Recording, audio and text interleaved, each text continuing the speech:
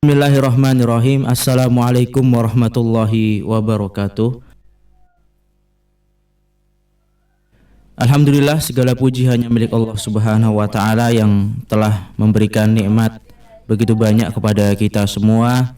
Hingga detik ini Allah Subhanahu wa taala masih memberikan taufik kepada kita untuk mudah melakukan amal ibadah, dan alhamdulillah baru saja telah kita laksanakan ibadah salat maghrib, ya, barakallahu fikum, berjamaah bagi para laki-laki dan juga untuk perempuan, ya, di rumahnya masing-masing, barakallahu fikum.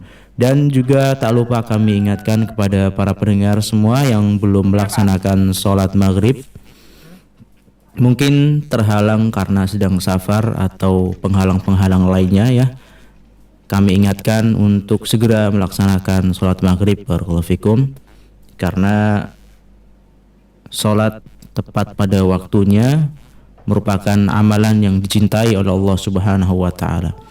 Ahabbul a'mal ilallahi azza wa jal as-shalah ala waqtiha. Kata Rasul sallallahu alaihi wasallam, amalan yang paling Allah cintai adalah sholat tepat pada waktunya. Demikianlah para pendengar dimanapun berada. Kemudian untuk segmen acara yang akan kami sajikan ke ruang dengar Anda pada kesempatan malam hari ini, ba'da maghrib insyaallah ta'ala kita akan sajikan langsung rekaman kajian tematik yang disampaikan oleh Ustadz Abu Hamzah Yusuf hafizahullah ta'ala dengan tema menyiapkan generasi terbaik. Baiklah, langsung saja kami dari studio mengucapkan selamat mendengarkan. Assalamualaikum warahmatullahi wabarakatuh. Alhamdulillahirabbil alamin. Wassalatu wassalamu ala ashrafil anbiya'i wal mursalin Nabiyyina Muhammad sallallahu alaihi wa ala alihi wa sahbihi ajma'in wa man tabi'ahum bi ihsanin ila yaumiddin. Wa ashhadu an la ilaha illallah wahdahu la syarika lah wa ashhadu anna Muhammadan abduhu wa rasuluh. Amma ba'd, ikhwati fillah rahimani wa rahimakumullah. Alhamdulillah, atas izin Allah Subhanahu wa ta'ala, pada kesempatan sore yang berbahagia ini kita dapat dipertemukan di tempat yang paling baik dalam halaqah ilmiah, di majlis ta'lim, di salah satu dari rumah Allah yang mulia. Semoga Allah Subhanahu wa ta'ala senantiasa memberkahinya, memberkahi para asatidahnya, para talabatul ilminya, dan juga memberkahi seluruh ikhwah yang ada di dalamnya dan di sekitarnya.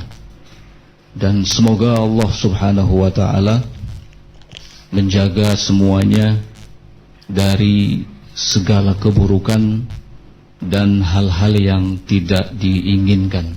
Amin ya rabbal alamin.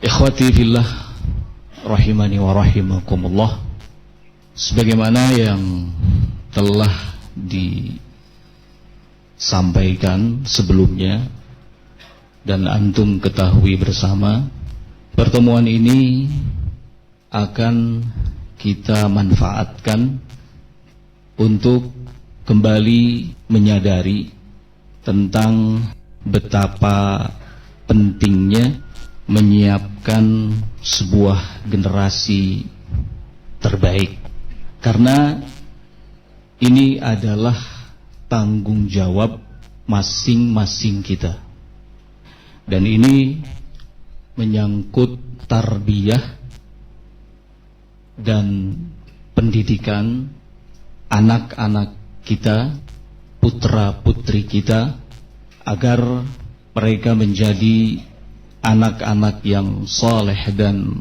salihah, berbakti kepada Allah, berbakti kepada Rasulnya, berbakti kepada kedua orang tua, bermuamalah yang baik dengan sesamanya, berkontribusi yang besar dalam agama ini, di bangsa dan negara ini di masa yang akan datang.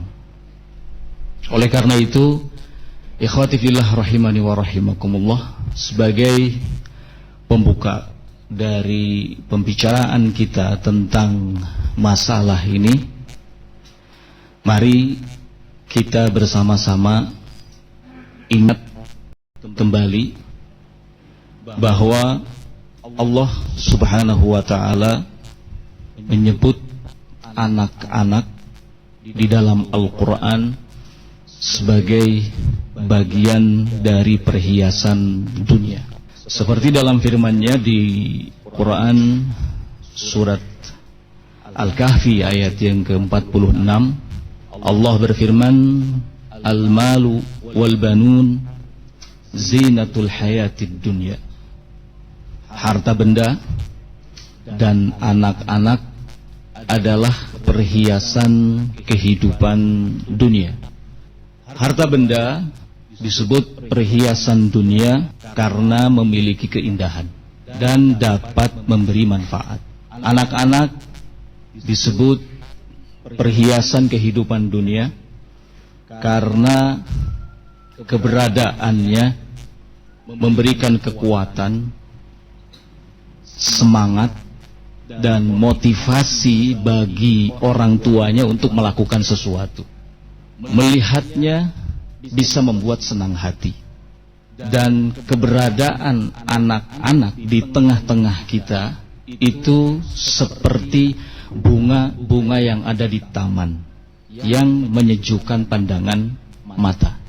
Karena itu kehadiran anak-anak sangat diingini oleh semua pihak, sangat ditunggu-tunggu dan didamba-dambakan oleh setiap keluarga.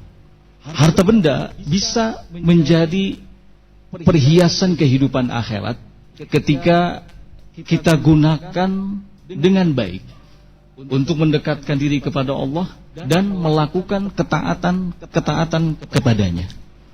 Anak-anak bisa menjadi perhiasan kehidupan akhirat ketika kita didik dengan pendidikan yang baik sehingga menjadi anak-anak yang saleh dan salihah, yang senantiasa mendoakan kedua orang tuanya dan selalu memohonkan ampunan untuk kedua orang tuanya. Maka ikhwati fillah rahimani wa rahimakumullah, kehadiran anak-anak adalah sebuah nikmat dan anugerah yang sangat besar. Allah Subhanahu wa ta'ala karuniakan anak-anak ini kepada siapa saja yang dikehendakinya dari kalangan hamba-hambanya, sekalipun dia fakir. Dan sebaliknya tidak sedikit para orang tua yang secara finansial cukup mampu namun tidak dikaruniai anak. Allah Subhanahu wa ta'ala dalam firman-Nya di Quran surat Asy-Syura ayat 49 sampai dengan ayat yang ke-50 menyatakan, lillahi mulkus samawati wal ard yakhluqu ma yasha. Dialah Allah Subhanahu wa ta'ala pemilik kerajaan langit dan bumi. Dia menciptakan apa saja yang Dia kehendaki. Yahabu liman yasha inatha wa yahabu liman yasha dzukura aw yuzawwijuhum dzukrana wa inatha wa yaj'alu man yasha aqiman innahu alimun qadir. Allah akan berikan kepada siapa yang dikehendakinya dari kalangan hamba-hambanya anak perempuan, dan Allah akan karuniakan kepada siapa saja yang dikehendakinya anak laki-laki. Atau bahkan Allah akan karuniakan sepasang anak laki-laki dan anak wanita kepada siapa saja yang dikehendakinya. Dan Allah Subhanahu wa ta'ala menjadikan siapa saja yang dikehendakinya mandul sehingga tidak memiliki anak. Sesungguhnya Dia Allah Subhanahu wa ta'ala alimun, maha mengetahui, qadirun, maha kuasa. Ikhwati fillah rahimani wa rahimakumullah. Dengan demikian manusia kaitannya dengan anak-anak terbagi menjadi 4 golongan. Golongan yang pertama adalah yang dikaruniai anak perempuan. Semua anaknya perempuan, gak ada yang laki-laki, semuanya perempuan. Kata Imam Al-Baghawi rahimahullahu ta'ala, contohnya seperti Nabi Lut alaihissalam. Golongan yang kedua adalah golongan yang dikaruniai oleh Allah Subhanahu wa ta'ala anak-anak laki-laki. Semua anaknya laki-laki. Kata Imam Al-Baghawi, contohnya adalah Nabi Ibrahim alaihi salatu wassalam. Golongan yang ketiga adalah golongan yang Allah Subhanahu wa ta'ala karuniakan kepadanya sepasang anak laki-laki dan wanita. Kata Imam Al-Baghawi, contohnya adalah Nabi kita Muhammad sallallahu alaihi wa ala alihi wasallam. Dan golongan yang terakhir adalah yang tidak dikaruniai anak-anak, baik laki-laki maupun wanita. Kata Imam Al-Baghawi, contohnya adalah Nabi Yahya, Nabi Isa alaihi salatu wassalam. Ikhwati fillah rahimani wa rahimakumullah. Kita akan melihat betapa nikmat karunia berupa anak ketika kita mengetahui ada banyak orang yang sangat menginginkan kehadiran anak-anak di rumah tangganya. Sungguh adanya mereka adalah anugerah terbesar. Bahkan Nabi alaihi salatu wasallam sebut itu adalah bagian dari kasab kalian. Inna auladakum min kasbikum. Sesungguhnya anak-anak kalian itu adalah bagian dari usaha kalian, kasab kalian. Namun demikian, hal yang patut untuk kita waspadai adalah ternyata anak-anak ini juga bisa menjadi fitnah. Allah Subhanahu wa ta'ala telah wanti-wanti kita dalam firman-Nya di Quran surat At-Taghabun ayat yang ke-15, innama amwalukum wa auladukum fitnah. Sesungguhnya harta benda kalian dan anak-anak kalian itu bisa menjadi fitnah. Sekali lagi, ini yang patut untuk kita waspadai. Memang anak-anak adalah perhiasan kehidupan dunia. Memang anak-anak adalah nikmat dan anugerah besar yang Allah Subhanahu wa ta'ala telah berikan. Tetapi kita harus waspada bahwa anak-anak ini kehadirannya bisa menjadi fitnah buat kita sebagai orang tua. Anak menjadi fitnah bagi kedua orang tuanya ketika kehadiran si anak itu membuat orang tuanya melakukan kasab yang haram, membuat orang tuanya mengumpulkan harta dengan cara yang tidak halal demi untuk memenuhi kebutuhan anaknya. Apa yang mendorong orang tua untuk melakukan hal itu? Anaknya. Maka anak menjadi fitnah baginya.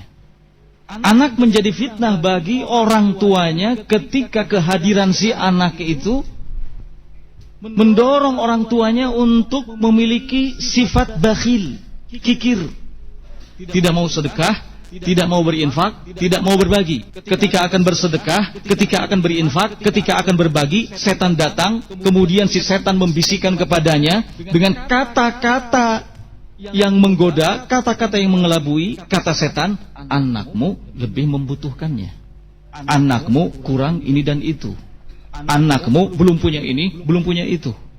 Gak jadi sedekahnya, gak jadi infaknya, gak jadi berbaginya. Karena apa? Anak. Maka anak menjadi fitnah baginya.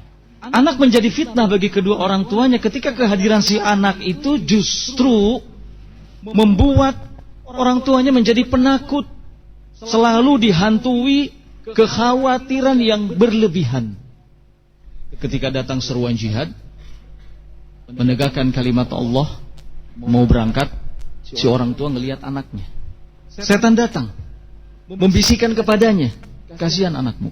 Kalau seandainya kamu gugur, kalau seandainya kamu mati di medan perang, siapa yang akan menafkahinya? Siapa yang akan menanggung hidupnya? Gak jadi berangkat. Apa yang membuat orang tua itu tidak jadi berangkat? Anaknya. Maka anak menjadi fitnah baginya. Ada panggilan untuk berdakwah, sudah siap-siap berdakwah, melihat anaknya, setan datang, membisikkan kepadanya, kasihan anakmu, baru saja kemarin ditinggal, sekarang mau ditinggal lagi. Berangkat dakwah tidak jadi. Apa yang menjadi penyebab? Anaknya. Maka anak menjadi fitnah baginya. Anak menjadi fitnah bagi kedua orang tuanya ketika kehadiran si anak justru malah membuat orang tuanya sedih yang berkepanjangan, bahkan sampai pada tingkatan benci, murka kepada Allah, tidak terima takdir yang Allah Subhanahu wa taala tetapkan. Kenapa? Karena anaknya menderita penyakit yang berat. Apa yang membuat orang tuanya sampai tidak sabar, sedih yang berkepanjangan, tidak menerima takdir Allah? Anaknya. Maka anaknya menjadi fitnah baginya. Ikhwati fillah rahimani wa rahimakumullah. Anak menjadi fitnah bagi kedua orang tuanya ketika kehadiran si anak justru menjadi sebab orang tuanya lalai dari mengingat Allah Subhanahu wa taala. Mau berangkat taklim, anaknya nangis, ngamuk, tidak mau ditinggal, gak jadi berangkat. Kenapa? Karena kasihan melihat anaknya. Seorang penyair mengatakan, in rahimta buka'ahu lam yumkinka fitamuhu. Kalau kamu kasihi tangisannya, kamu tidak akan mungkin bisa menyapihnya. Kalau kita kalah dengan tangisan anak, kita nggak akan bisa mendewasakannya. Kalau kita selalu kalah dengan tangisan anak, kita nggak akan pernah bisa mendidiknya. Salah satu senjata anak adalah tangisan, persis seperti ibunya. Senjata wanita itu kan tangisan. Tapi jangan dikira laki-laki tidak bisa menangis. Laki-laki itu bukan tidak bisa menangis, tapi laki-laki itu sangat pandai menyembunyikan tangisannya. Sehingga di luar ia nampak kuat, padahal sebetulnya batinnya menjerit. Yang butuh sandaran bahu itu bukan hanya wanita saja, bukan hanya istri saja, suami juga sangat membutuhkannya. Maka para istri, kasihanilah para suami. Yang butuh perhatian bukan hanya para istri, suami juga butuh mendapatkan hal itu. Ikhwati fillah rahimani wa rahimakumullah. Bahkan di dalam Al-Quran Allah sebut bahwa di antara anak-anak itu ada yang menjadi musuh kedua orang tuanya, waliyadzubillah. Allah katakan, inna min azwajikum wa auladikum aduwwun lakum fahdharuh. Sesungguhnya di antara istri-istrimu dan anak-anakmu ada yang menjadi musuh, maka waspadailah. Mewaspadai mereka bukan berarti kita menjauhinya, bukan berarti kita meninggalkannya. Menjauhi istri, meninggalkan anak-anak, tidak. Maksud dari mewaspadainya adalah jangan sampai istri dan anak-anak itu justru menjadi penghalang kita melakukan ketaatan kepada Allah Azza wa Jalla. Ikhwati fillah rahimani wa rahimakumullah. Jika kehadiran anak-anak selain dikatakan sebagai nikmat juga bisa menjadi fitnah, maka anak-anak adalah amanat. Anak-anak adalah tanggung jawab. Anak-anak adalah titipan Allah. Anak-anak adalah salah satu pihak yang diwasiatkan Allah Subhanahu wa taala kepada kita secara khusus. Allah katakan dalam firman-Nya, yusikumullahu fi auladikum. Allah menitipkan kepada kalian anak-anak kalian. Allah mewasiatkan kepada kalian anak-anak kalian. Allah menyampaikan pesan kepada kalian soal anak-anak kalian. Sesuatu yang dititipkan, sesuatu yang dipesankan, sesuatu yang diwasiatkan, itu sesuatu yang penting. Bukan sesuatu yang remeh, bukan sesuatu yang tidak ada nilainya. Sesuatu yang besar yang menuntut kita untuk memberikan perhatian serius kepadanya. Allah berpesan kepada kita agar kita menjaga anak-anak kita, mendidik anak-anak kita dengan pendidikan yang baik, agar mereka mendapatkan maslahat dunia dan akhirat. Rasulullah sallallahu alaihi wa ala alihi wasallam dalam sabdanya, beliau mengatakan, kullukum ra'in wa kullukum mas'ulun 'an ra'iyyatih. Tiap-tiap kalian itu adalah pemimpin dan akan ditanyakan tentang yang dipimpinnya, bertanggung jawab terhadapnya. Ar-rajulu ra'in fi ahlihi. Seorang laki-laki pemimpin di tengah-tengah keluarganya. Wa huwa mas'ulun. Dia akan ditanya nanti dia akan dimintai pertanggungjawabannya. Wal mar'atu ra'iyatun fi baiti zawjiha. Seorang wanita juga pemimpin di rumah suaminya. Wa hiya mas'ulatun anha. Dia pun akan ditanya nanti tentangnya. Akan dimintai pertanggungjawabannya. Di akhir hadis, beliau sallallahu alaihi wa ala alihi wasallam menekankan kembali, ala wa kullukum ra'in wa kullukum mas'ulun an ra'iyatihi. Ketahuilah bahwa tiap-tiap kalian adalah pemimpin dan akan ditanya, akan dimintai pertanggungjawabannya atas yang dipimpinnya. Ikhwati fillah rahimani wa rahimakumullah. Sahabat Ibnu Umar radhiyallahu taala anhuma, sehubungan dengan hal ini beliau mengatakan, adib ibnaka, didik anakmu, fa innaka mas'ulun anhu, karena sesungguhnya kamu akan ditanya tentangnya. Madza adabtahu wa madza 'allamtahu, didikan apa yang telah engkau berikan kepadanya, pengajaran apa yang telah engkau berikan kepadanya. Wa huwa mas'ulun an birrika, sedangkan dia, anakmu, nanti akan ditanya soal baktinya kepadamu. Ikhwati fillah rahimani wa rahimakumullah, jangan sampai kita sebagai orang tua justru menjadi sebab celakanya anak-anak kita, padahal kehadiran mereka adalah titipan Allah. Adanya mereka adalah wasiat yang Allah Subhanahu wa taala sampaikan kepada kita. Al-Imam Ibnul Qayyim rahimahullahu ta'ala, seperti disebutkan dalam Tuhfatul Maudud bi Ahkamil Maulud, beliau mengatakan, wa kam mimman aqa waladahu wa fildata kabidihi fid dunya wal akhirah bi ihmalihi wa tarki ta'dibihi. Berapa banyak orang yang justru menyengsarakan, mencelakakan anaknya sendiri dan belahan jiwanya sendiri di dunia dan akhirat. Ironis memang ketika banyak orang tua yang seperti ini. Di satu sisi sangat mengharapkan kehadiran anak-anak dalam kehidupannya, tapi di sisi lain saat anak-anak itu sudah hadir, kemudian justru menjadi sebab celaka dan sengsara anak-anaknya di dunia dan akhirat, waliyadzubillah. Kata Imam Ibnul Qayyim rahimahullah, berapa banyak orang yang justru mencelakakan, menyengsarakan anaknya sendiri dan belahan jiwanya sendiri di dunia dan di akhirat biihmalihi, karena mengabaikannya dan tidak mendidiknya. Mengabaikannya dan tidak mendidiknya. Wa i'anatihi ala syahawatihi, dan justru membantunya untuk memenuhi segala keinginan-keinginannya. Wa yaz'umu annahu yukrimuhu wa qad ahanahu, dalam keadaan dia mengira dia memuliakan anaknya padahal justru menghinakannya. Wa annahu yarhamuhu wa qad zalamahu, dia mengira bahwa dia sedang memberikan kasih sayang kepada anaknya padahal justru sedang menzoliminya.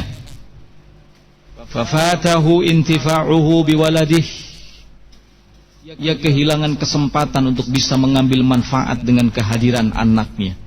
Wa fawwata alaihi haddahu fid dunya wal akhirah, ia kehilangan untuk mendapatkan bagiannya di dunia dan akhirat. Wa idza i'tabarta al-fasada fil aulad ra'aita 'amatahu min qibalil aba. Kemudian kata Imam Ibnu Qayyim, kalau kamu perhatikan kerusakan yang terjadi di kalangan anak-anak, maka pasti akan kamu lihat umumnya disebabkan oleh karena orang tuanya. Waliyadzubillah. Di kesempatan yang lain, beliau Imam Ibnul Qayyim juga mengatakan, wa aktsarul aulad innama jaa fasaduhum min qibalil aba. Mayoritas anak-anak itu rusaknya justru karena kedua orang tuanya. Wa ihmalihim lahum wa tarki ta'limihim fara'iduddin wa sunanahu, mengabaikan keberadaan mereka anak-anaknya dan tidak mengajari anak-anaknya kewajiban-kewajiban agama dan sunnah-sunnahnya. Fa'adha'uhum sigharan falam yantafi'u bi anfusihim. Para orang tua itu mengabaikan kehadiran anaknya saat masih kecil. Mereka tidak mengambil manfaat dengan kehadiran anak-anaknya. Walam yanfa'u aba'ahum kibaran. Sehingga anak-anaknya pun tidak memberi manfaat apapun kepada orang tuanya ketika sudah tua renta. Kama 'ataba ba'dhum waladahu 'alal uquq. Sebagaimana sebagian orang tua ada yang mencela anaknya ketika anaknya berbuat durhaka kepadanya. Tapi jawaban si anak, ya abati innaka aqaqtani saghiran fa aqaqtuka kabiran. Wahai ayah, ibu, engkau telah durhaka kepadaku saat aku masih kecil. Sehingga di saat engkau sudah tua, aku berbuat durhaka kepadamu.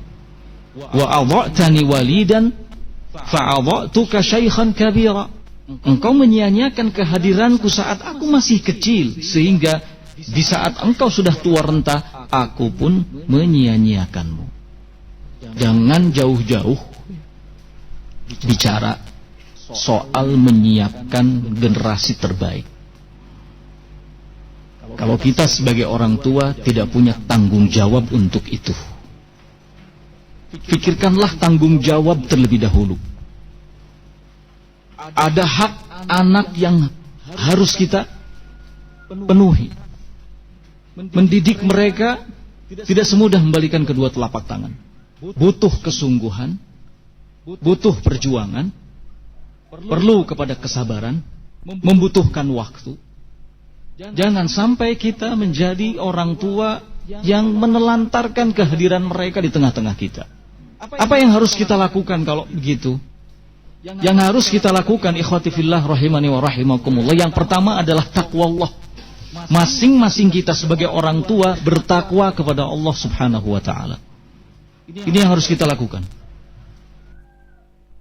Di dalam Al-Quran surat An-Nisa ayat yang ke-9, Allah Subhanahu wa ta'ala menyatakan, wal yakhshal ladzina law taraku min khalfihim dhurriyyatan dhi'afan khafu 'alaihim falyattaqullah wal yaqulu qawlan sadida. Hendaknya takut orang-orang yang apabila meninggalkan anak-anaknya di belakangnya dalam keadaan lemah, sangat khawatir kepada mereka agar bertakwa kepada Allah. Wal yaqulu qawlan sadida, dan agar selalu mengucapkan kata-kata yang baik. Ketakwaan kita kepada Allah sebagai kedua orang tua itu sangat memberi pengaruh yang positif bagi anak-anak kita. Karena kebaikan akan melahirkan kebaikan. Ini yang harus kita siapkan terlebih dahulu. Bagaimana mungkin kita bicara soal menyiapkan generasi terbaik kalau kita saja tidak becus menyiapkan diri kita sendiri? Bagaimana mungkin kita bicara soal kesolehan anak-anak, putra-putri kita, kalau kita sendiri saja tidak soleh? Maka bertakwa kepada Allah Azza wa Jalla. Di surat Al-Kahfi, Allah Ta'ala berfirman, ayat yang ke-82, wa kana abuhuma salihan. Ternyata orang tua kedua anak tersebut itu soleh, baik, taat beribadah. Kata para ulama, ayat ini menjadi dalil bahwa kesolehan kedua orang tua itu sangat memberi pengaruh positif untuk anak-anak. Makanya Nabi alaihi salatu wasallam mengatakan, kullu mauludin yuladu alal fitrah fa abawahu yunassiranihi aw yumajjisanihi aw yuhawidanihi. Setiap anak terlahir itu terlahir dalam keadaan fitrah, dalam keadaan baik. Maka kedua orang tuanya lah yang kemudian menentukan di kemudian hari. Bisa membuatnya menjadi seorang Nasrani, bisa membuatnya menjadi seorang Majusi, bisa membuatnya menjadi seorang Yahudi waliyadzubillah. Semuanya ada di kedua orang tuanya. Semuanya kembali kepada kedua orang tuanya. Sa'id bin Jubair rahimahullahu ta'ala meriwayatkan dari sahabat Ibnu Abbas sehubungan dengan ayat ini. Wa kana abuhu masalihan, kata sahabat Ibnu Abbas, hufidha bi salahi abihima. Dua anak itu benar-benar dijaga oleh Allah Subhanahu wa taala lantaran kesolehan orang tuanya. Kita sangat menginginkan dan mendambakan anak-anak yang soleh. Kita ingin putra-putri kita menjadi putra-putri yang soleh dan solihah. Kita sangat mendambakan anak-anak kita menjadi anak-anak yang baik. Yang menentukan itu pertama kalinya adalah kita sebagai orang tua. Apa yang kita lakukan untuk anak-anak kita, begitulah jadinya.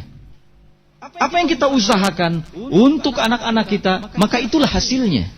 Kalau kita mengusahakan kebaikan, hasilnya akan menjadi baik. Kalau kita justru mengusahakan kejelekan, hasilnya akan tentu menjadi jelek. Disebutkan dalam pepatah Arab, kama tadinu tudan. Apa yang kamu tabur, itulah yang akan kamu tuai. Apa yang kamu tanam, itulah yang akan kamu panen.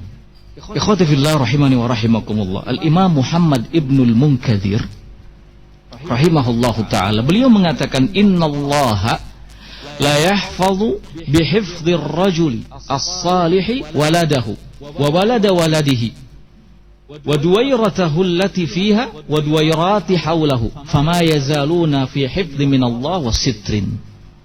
Sesungguhnya karena kesolehan seseorang, maka Allah Subhanahu wa ta'ala benar-benar akan menjaga anaknya, menjaga cucunya, menjaga keturunan-keturunannya. Mereka semua akan senantiasa ada dalam penjagaan Allah dan perlindungan Allah. Apa yang menjadi penyebabnya? Kesolehan, kebaikan yang ada pada orang tuanya. Ikhwati fillah rahimani wa rahimakumullah. Tapi ingat, bukan merupakan sebuah kemestian kalau orang tuanya soleh, anaknya juga akan soleh. Bukan sebuah kemestian kalau orang tuanya baik, anaknya juga akan baik. Karena ada di antara anak para nabi Allah yang tidak mengikuti jalan ayahnya, padahal ayahnya sebagai seorang nabi. Contoh sederhananya adalah anaknya Nabi Nuh alaihi salatu wassalam. Nabi Nuh mengatakan, inna bni min ahli wa inna wa'dakal haq wa anta ahkamul hakimin. Wahai Rabb, anakku ini adalah bagian dari keluargaku, namun janjimu itu selalu benar, dan engkau adalah zat yang maha bijaksana. Apa jawaban Allah? Ya Nuh, min ahlik, dia anakmu tidak termasuk ke dalam bagian dari keluargamu. Innahu amalun ghairu saleh, sebab dia tidak melakukan amal yang saleh. Tidak seperti Nabi Nuh, ayahnya. Jadi bukan sebuah kemestian jika orang tuanya soleh, anaknya menjadi soleh. Bahkan di dalam Al-Quran, Allah Subhanahu wa ta'ala juga menyinggung dua orang wanita yang merupakan istri dari dua orang nabi yang ternyata tidak mengikuti jalan suaminya. Allah katakan, daraballahu mathalan lilladzina kafaru imra'ata Nuhin wa imra'ata Lut. Kanata tahta 'abdaini min 'ibadina salihain fakhanatahuma falam yughniya anhuma minallahi syai'a wa qila adkhulan nar ma'ad dakhilin. Allah buat permisalan bagi orang-orang kafir, istrinya Nabi Nuh dan istri Nabi Lut. Keduanya menjadi istri dari dua hamba Allah yang saleh. Tapi keduanya berkhianat kepada suaminya yang merupakan hamba yang saleh, sehingga hal itu tidak memberikan manfaat apapun bagi keduanya. Justru keduanya disuruh untuk masuk ke dalam neraka, waliyadzubillah. Suaminya baik, tapi istrinya tidak baik. Suaminya Nabi Nuh, Nabi Lut, dua hamba Allah yang saleh, tapi keadaan istrinya tidak demikian, waliyadzubillah. Namun demikian, ikhwati fillah rahimani wa rahimakumullah, kesolehan kedua orang tua memberi pengaruh sedikit banyaknya bagi anak-anaknya.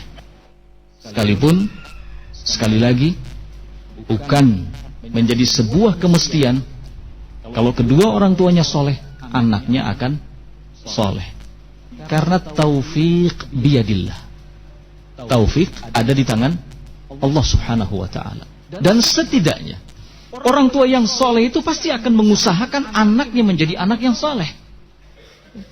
Orang tua yang soleh itu pasti akan memberikan pendidikan yang baik kepada anaknya.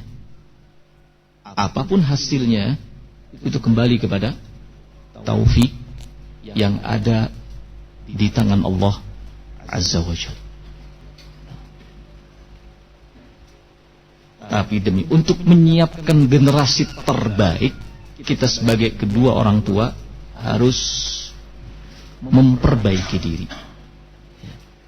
Di antaranya adalah bertakwa kepada Allah Subhanahu wa ta'ala. Ini yang pertama. Kemudian yang kedua adalah menyelamatkan keluarga, dalam hal ini anak-anak, dari ancaman api neraka. Allah Subhanahu wa ta'ala berfirman, Ya ayyuhalladzina amanu qu anfusakum wa ahlikum nara waquduhan nas wal hijarah 'alaiha malaikatun ghiladun syidad la ya'suna Allah ma amarahum wa yaf'aluna ma yu'marun. Wahai orang-orang yang beriman, qu anfusakum, jagalah diri-diri kalian dan keluarga kalian dari ancaman api neraka, yang kayu bakarnya adalah manusia dan batu. Padanya ada malaikat yang keras, kasar, lagi bengis. Namun demikian, para malaikat itu tidak pernah melanggar apa saja yang telah Allah Subhanahu wa ta'ala perintahkan kepada mereka. Dan para malaikat itu justru selalu mengerjakan setiap perintah yang mereka terima. Perhatikan di ayat ini bagaimana Allah Subhanahu wa ta'ala mewanti-wanti orang-orang yang beriman di sini. Ya ayyuhalladzina amanu, wahai orang-orang yang beriman. Kata sahabat Ibnu Mas'ud, setiap ada ayat yang diawali dengan kata-kata ya ayyuhalladzina amanu, maka kamu harus fokus dan pasang pendengaranmu. Sebab yang akan disampaikan oleh Allah Subhanahu wa ta'ala setelahnya ada dua kemungkinan. Kemungkinan yang pertama adalah perintah, dan kemungkinan yang kedua adalah larangan. Kalau ternyata perintah, maka kewajibannya adalah dikerjakan, dilakukan. Tapi kalau ternyata larangan, maka kewajibannya adalah ditinggalkan. Dan di ayat ini, setelah kalimat ya ayyuhalladzina amanu adalah perintah. Apa perintahnya? Qu anfusakum, jagalah diri kalian. Wa ahlikum, dan keluarga kalian. Sebelum kita menjaga keluarga kita, anak dan istri kita, maka wajib bagi kita untuk menjaga diri kita sendiri. Dengan apa kita jaga diri kita? Dengan ketakwaan. Oleh karenanya, kewajiban yang pertama adalah takwa Allah, bertakwa kepada Allah. Berikutnya yang kedua, selamatkan keluarga, istri dan anak dalam hal ini dari ancaman api neraka. Itu yang paling penting. Ini yang harus menjadi perhatian. Jangan hanya fokus menjaga mereka dari kelaparan. Jangan hanya fokus memenuhi kebutuhan mereka yang sifatnya duniawi, menyedihkan. Gema suara azan telah berkumandang di puncak-puncak menara masjid di kota Anda. Kaum muslimin rahimakumullah, kami ingatkan kepada Anda bahwa saat ini insyaallah telah tiba bagi kita untuk menjalankan ibadah salat. Saatnya kami mengajak Anda untuk menjawab panggilan azan dan menegakkan salat berjamaah di masjid-masjid di sekitar Anda.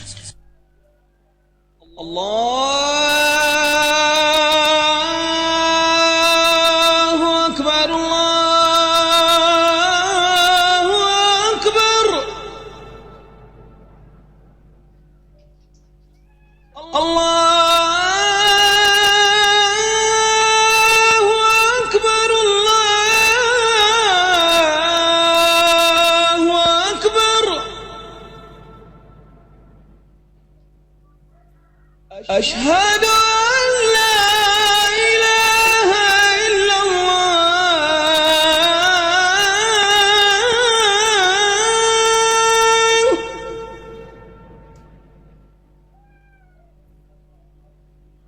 أشهد أن لا إله إلا الله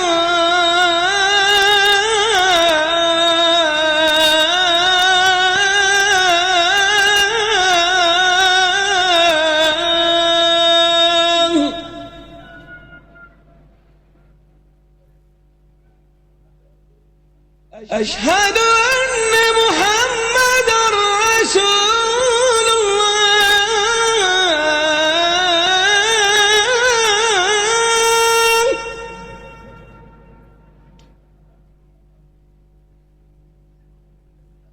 أشهد أن محمدا رسول الله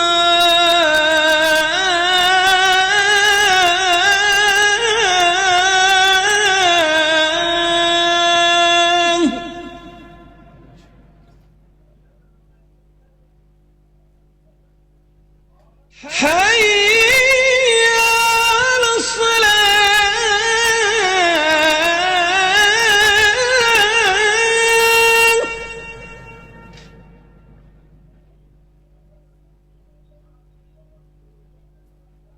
حي على الصلاة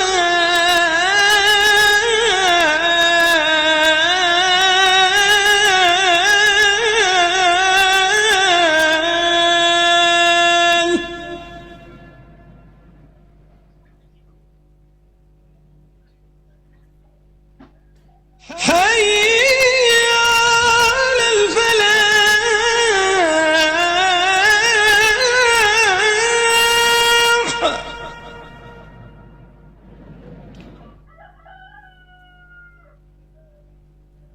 حي على الفلاح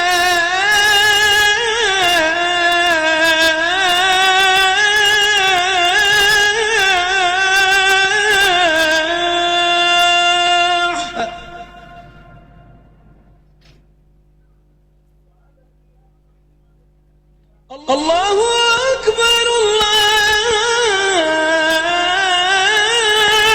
أكبر لا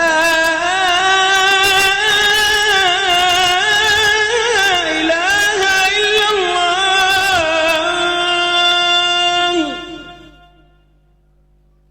اللهم رب هذه الدعوة التامة والصلاة القائمة آت محمدا الوسيلة والفضيلة وابعثه مقاما محمودا الذي وعدته.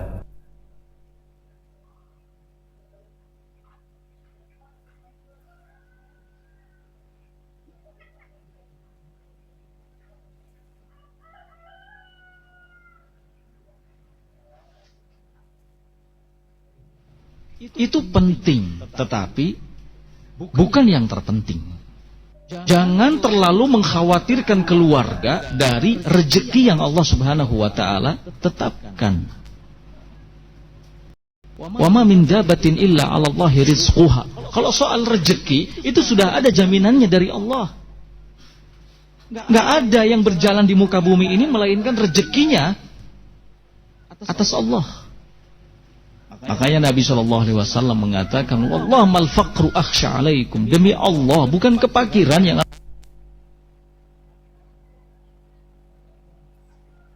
aku khawatirkan atas kalian.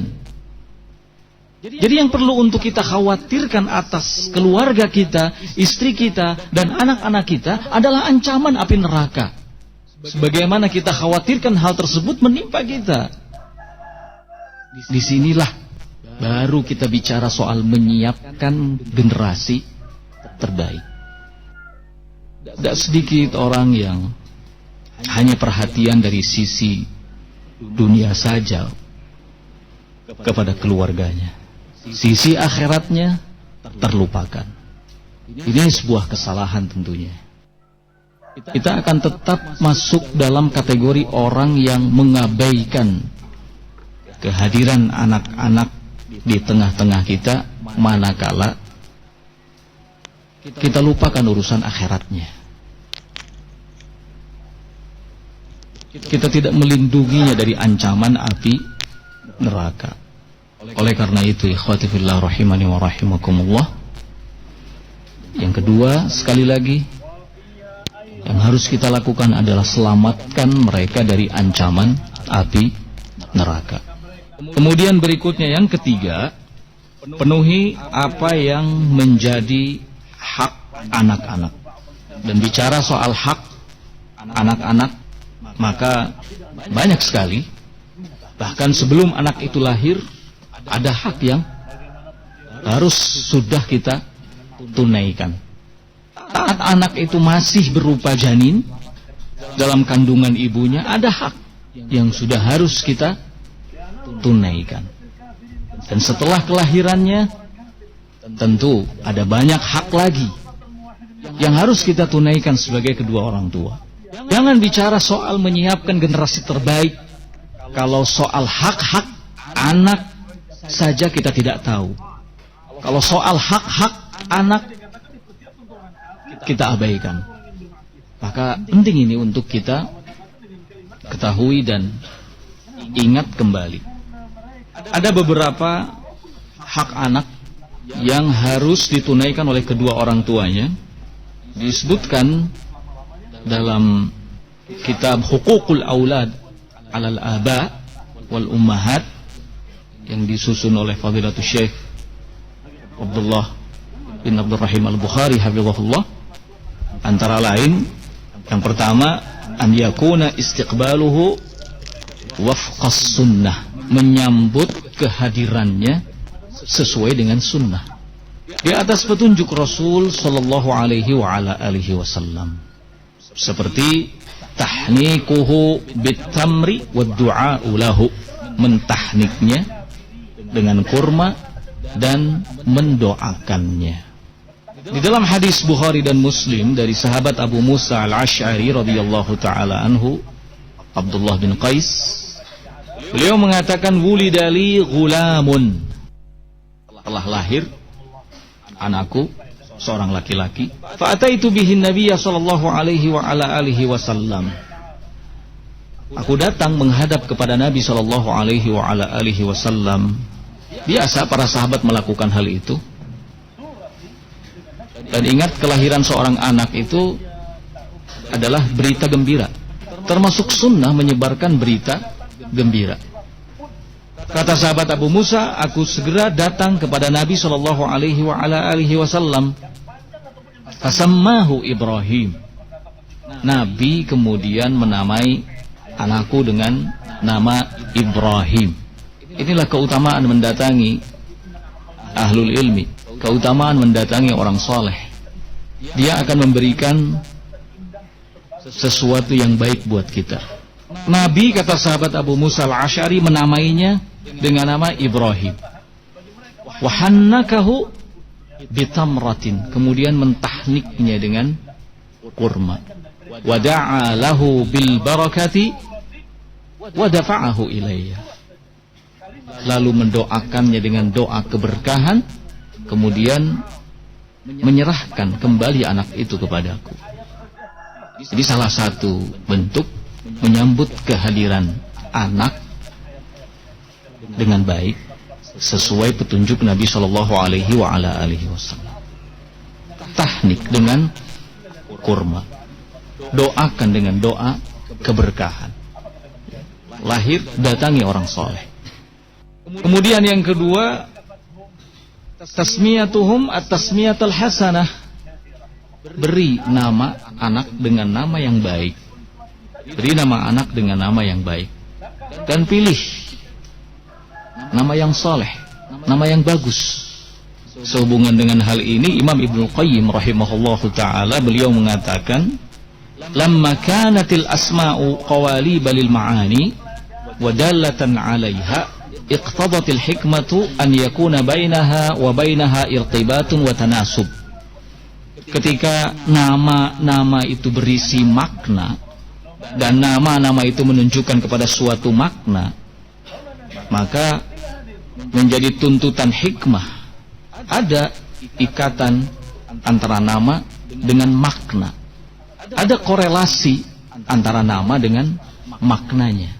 Jadi salah besar anggapan banyak orang yang menyatakan apalah arti sebuah nama. Salah besar. Setiap nama yang disematkan itu pasti mengandung makna. Karena itu antara nama dengan maknanya ada hubungan, ada korelasi yang jelas. Disinilah Islam memerintahkan kepada kita untuk memberi nama anak dengan nama yang baik. Jangan memberi nama anak dengan nama-nama yang diharamkan. Jangan memberi nama anak dengan nama-nama yang tidak pantas. Ingat, bagi kita orang-orang Islam, nama itu memiliki arti. Dan soal nama termasuk hal yang sangat diperhatikan oleh Nabi kita Muhammad sallallahu alaihi wasallam. Dalam Sunan At-Tirmidzi disebutkan di Kitabul Adab, bab ma jaa ma yustahabbu minal asma. Bab nama-nama yang dianjurkan. Kemudian disebutkan hadis di bawah bab itu, di antara hadisnya adalah anna ahabbal asma atau ahabbul asma ilallah Abdullah wa Abdurrahman. Nama yang paling dicintai oleh Allah adalah Abdullah dan Abdurrahman. Atas dasar hadis ini, Imam Al-Hafidh Ibnu Hazm rahimahullahu ta'ala mengatakan ittafaqu ala istihbabil asma al-mudhafati ilallah. Para ulama menganjurkan untuk memilih nama yang disandarkan kepada Allah. Ka'abdillah, seperti Abdullah, wa Abdurrahman, dan Abdurrahman, wa ma asbah dzalika, dan nama-nama semisal itu. Abdul Aziz misalnya, Abdul Hakim, ya, dan lain sebagainya. Sampai sejauh ini ya, perhatian agama kita soal nama. Gak boleh kita menamai anak dengan sesuatu yang mengandung unsur penghambaan kepada selain Allah. Gak boleh kita menamai anak dengan nama-nama orang kafir karena senang kepada salah satu tokoh kufar misalnya, kemudian menamai anak dengan namanya, waliyadzubillah. Gak boleh kita memberikan nama kepada anak yang mengandung tazkiyatun nafs, mengandung rekomendasi, sanjungan. Gak boleh kita memberi nama anak dengan nama-nama yang secara arti tidak mengandung manfaat apapun. Tidak salah kalau kemudian dikatakan bahwa nama mengandung doa, karena dari sebuah nama itu kita berharap adanya kebaikan. Jangan sampai karena anak lahirnya di bulan Agustus, laki-laki dinamai dengan nama Agus. Agus Dirgahayu. Dirgahayu kemerdekaan Republik Indonesia. Ini laki-laki.